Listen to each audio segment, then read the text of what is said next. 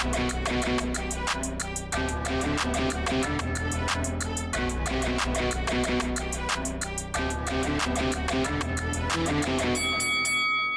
guys, welcome to Boxing Squared for boxing news and views from around the internet. After being called a liar by Deontay Wilder fans for almost a year after reporting that Wilder himself had said that the costume he wore to the ring ahead of the rematch with Tyson Fury was too heavy and weakened his legs, Kevin Iole has gone public with the audio. And this is one of the excuses that was reported by a number of reporters, not just Iole, who interviewed Wilder in the days after that rematch. And obviously immediately after the fight, JD's Wilder's head trainer had mentioned that. So for the past year, a lot of Deontay Wilder fans have said Wilder never said these things. It was made up, lazy reporting. They have taken shots at the reporters themselves and said it never happened. Deontay Wilder did not make that excuse. It never came from his mouth. Well, Kevin Iole apparently has had enough. And on a thread on Twitter, he released the audio, and this was in a thread that had a lot of Wilder fans saying it was lazy reporting, people didn't do their due diligence, Deontay Wilder never said it, and it just never happened. And as we know, this was reported far and wide at the time. Wilder did a round of interviews with print reporters.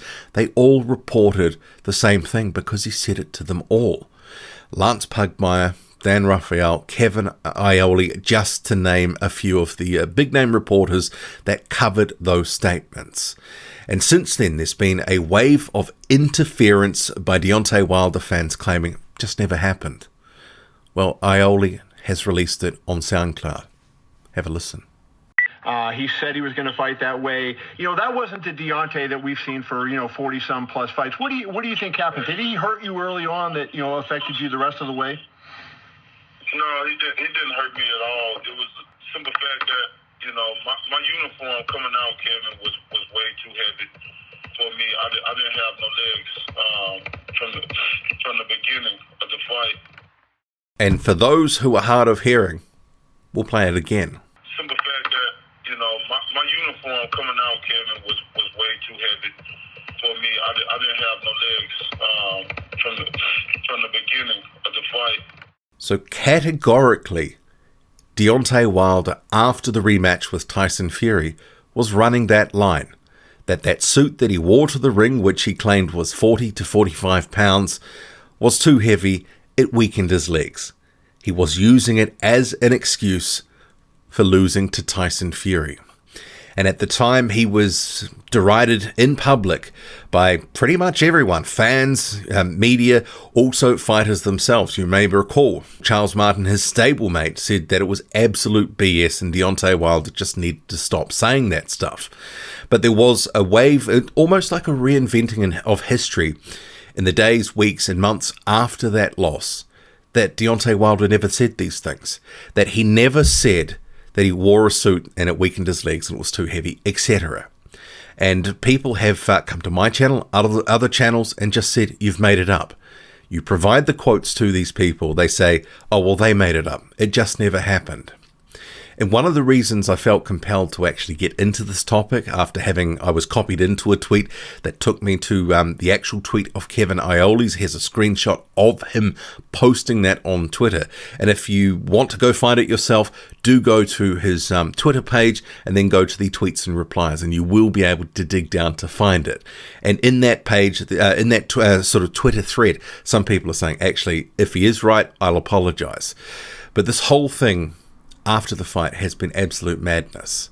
But it is one of these scenarios here that because, in the course of business, writers don't actually release the audio because they, write for either newspapers or online sites, that sort of stuff. The recording, and you can hear Kevin Iole typing in the background, the recording of it, and it's not, and this is one point I want to make quickly. Deontay Wilder knew full well that the reporter would have been recording the interview. As when he's doing them in person, the writers are also recording them. So I don't want anyone to sort of say he was unaware that he wasn't being recorded. These writers record so then they can get the exact quotes afterwards. Some of the shorthand, all that sort of stuff is not fantastic. They don't want to misquote people. They get the audio so they can get it right. So he said these things. And this is the issue with this whole thing now. It's like a house of cards, because you have all these excuses which are being debunked all over the place. And this excuse has been from Wilder's own fans that have been running interference, making stuff up, claiming he never said these things. He never said these things. That's lazy reporting. They made it up. Well, clearly he did say these things. And there are other sort of parts of this past year you certainly have to question, because Deontay Wilder himself has made claims against Mark Breland, said that his water was spiked, that Breland was involved.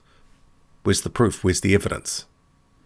Also, Deontay Wilder has claimed he had a dent in his head. Well, release the medical records. I mean, as it is, your brother, when he announced that in public, said that you had an autopsy. An autopsy only happens on dead people.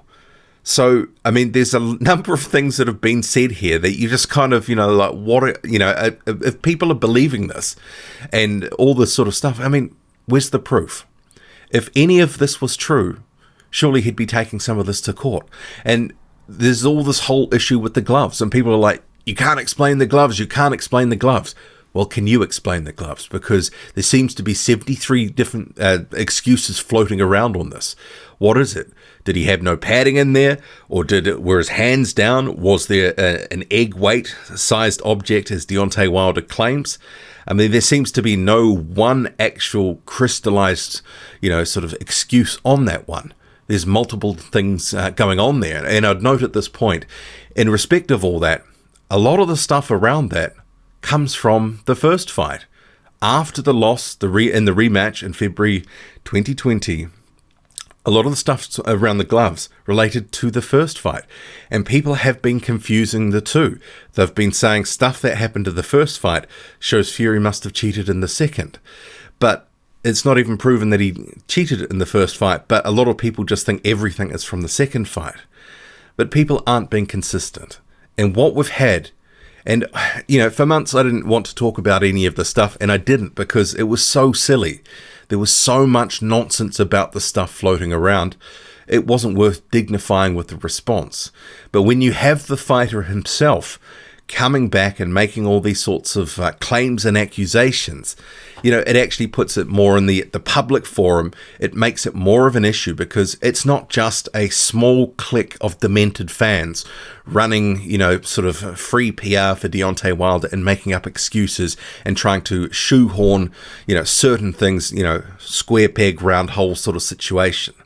You actually have Deontay Wilder himself having said all the, different stuff in recent months and doubling down in interviews, saying Mark Breland spiked his water.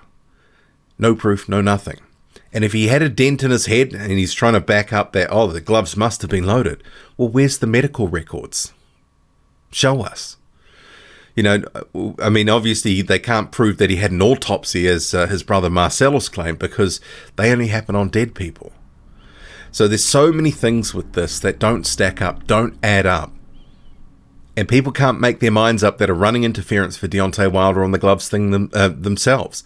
As Wilder sort of claims, Tyson Fury must have had his hands low because he got a scratch in his ear. That he says that could have only come from Tyson Fury's fingernails. So what is it? Was there an egg weight? Was there, his hands high in the gloves with no padding? It seems to be all sorts of confusion about what they really think went on. And is it the first or the second fight? I mean, this is the thing. It's crazy.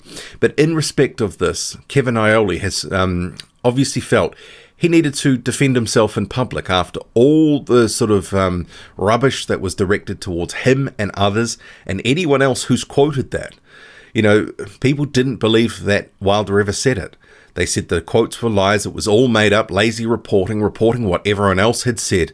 But no, Deontay Wilder said it. And if he did say that, what else has of these excuses are debunked? That's the thing. It's so crazy at this point. And we know what's at the root of it. Deontay Wilder lost and he's struggling to deal with it. That really is at the heart of it. And this sort of excuse with the costume, that was one of the worst excuses in history for a loss. And if anyone was in doubt about that he actually said it, well, we can put that one to rest now. What do you make of it all? Drop a comment, loud and often. Hit like, hit subscribe. Follow me on Twitter, boxing_squared. I'm out.